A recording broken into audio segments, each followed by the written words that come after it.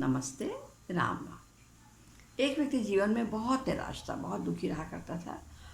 कोई काम नहीं करता था, बैठा रहता था। लोग उसको मनहूस के नाम से पुकारते थे। एक बार उसको एक पंडित जी मिले और उन्होंने कहा, दूर पर्वत पर इशारा किया, बताओ वहाँ जाओ, वहाँ तुम्हारा जाओ, तुम्हारा भाग्य वहाँ सोया पड़ा है और वहाँ पर जाओगे तो तुम्हारा भाग्य जाग जाएगा, तुम्हारे साथ आ जाएगा, तुम भाग्यशाली बन जाओगे। बहुत खुश हुआ वो, दौड़ के पर्वत की ओर भगने लगा, दौड़ने लगा। तो रास्ते में उसको जंगल मिला। जंगल में एक शेर मिला। शेर ने कहा, मैं तुमको खाना चाहता हूँ। तो उसने कहा, भाई मुझे मत खाओ, मैं अपना सोया भाग्य जगाने जा रहा हूँ, मैं उसको ले आता हूँ, फिर देखता हूँ। शेर ने कहा, ठीक है, वहाँ तुम जाओ तो मेरी एक समस्या का समाधान करना और अपने भाग्य से पूछना कि मेरी ये है कि मैं जितना भी खाता हूँ पर मेरा पेट कभी नहीं भरता, मुझे हमेशा खाने की लौ लगी रहती, चिंता लगी रहती है। किसान बोलता, ठीक है भाई, मैं जा रहा हूँ, अभी आता हूँ। मनुष्य चला आगे। आगे जाकर उसको किसान मिला। किसान ने उसको बिठाया, उसका आदर किया, खाना वाना खिलाया। तो उसने बताया, क्या बात है, कहा जाता है, बताया मैं अपना सोया हुआ भाग्य जगाने जा रहा हूँ। तो बोले, भाई मेरा भी एक सवाल है, मैं पूछ कर आना अपने भाग्य से, मैं बहुत अच्छे से खेती करता हूँ, मेहनत पर फसल नहीं होती, तो मैं अपनी बड़ी बेटी है मेरी बड़ी, मैं उसकी शादी कैसे कर पाऊँगा। तो ठीक है, पूछ कर आऊँगा। आगे जाता उसको एक राजमहल मिलता, राजा के घर जाता है, वहाँ राजा भी ठहराता है, उसको भोजन कराता है। बात चलती, कहाँ जा रहे, तो कहता है अपने भाग्य जगाने जा रहा हूँ। तो कहता रहा, तो मेरी भी एक समस्या है कि मैं बहुत अच्छे से राजकाज चलाता हूँ, बहुत काम करता हूँ, मेहनत करता हूँ, फिर भी मेरे राज में अराजकता क्यों फैली रहती है, ये तुम पूछ कर आना। बोलता ठीक है।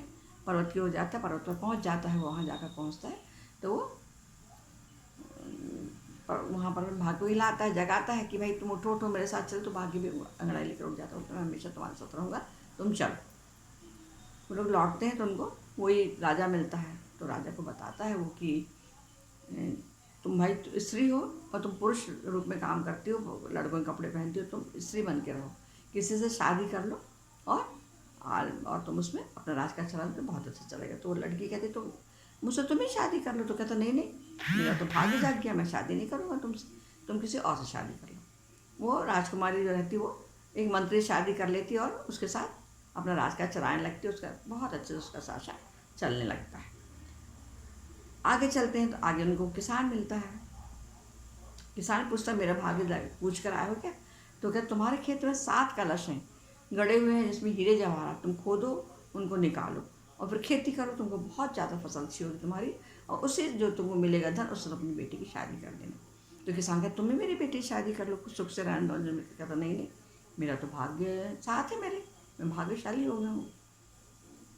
ऐसा कहकर आगे चला जाता। किसान भी अच्छी लड़के को देखता और अपनी कन्या की शादी कर देता। आगे जाते तो आगे जाकर उसको एक शेर, वही शेर मिलता जो शेर को छोड़ के आया था। तो शेर बोलता है, शेर से वो बोलता है कि जो तुमको सबसे बड़ा मूर्ख मिले उसको खा लोगे तो तुम्हारी भूख शांत हो जाओगी। शेर ये बात सुनता है, बोलता है, अरे ये क्या बात हुई। बोलते, हाँ, जो सबसे बड़ा दुर्भाग्य वाले हो, मूर्ख हो, उसको तुम खा लोगे। तो बोलता है कि तुम ही सबसे बड़े दुर्भाग्यशाली हो, बड़े मूर्ख हो। बोले, क्यों। बोले, तुमको 2 मौके मिले। किसान ने बेटी से शादी करने के लिए कहा, राजकुमारी ने शादी करने के लिए कहा, सुख वैभव तुम्हारे सामने खड़ा था और तुमने दोनों मौके गंवा दिए। तुमसे बड़ा मूर्ख कौन हो सकता है। तो मैं तो तुमको ही खाकर अपनी भूख शांत करूँगी। और इस तरह इंसान शेर का शिकार बन जाता है और मृत्यु को प्राप्त हो जाता है। इसका अर्थ ये, यदि आपके पास कोई मौका आता है, सही मौका आता है, उसको परखें, उस अवसर को जाने ना दें, उसको पकड़ लें और अपने भाग्य को अपने साथ रखकर अपनी मेहनत से अपने कार्य को करें, समझदारी से कार्य करें, तो हमेशा कार्य पूरे होते हैं। नमस्ते, राम राम, धन्यवाद।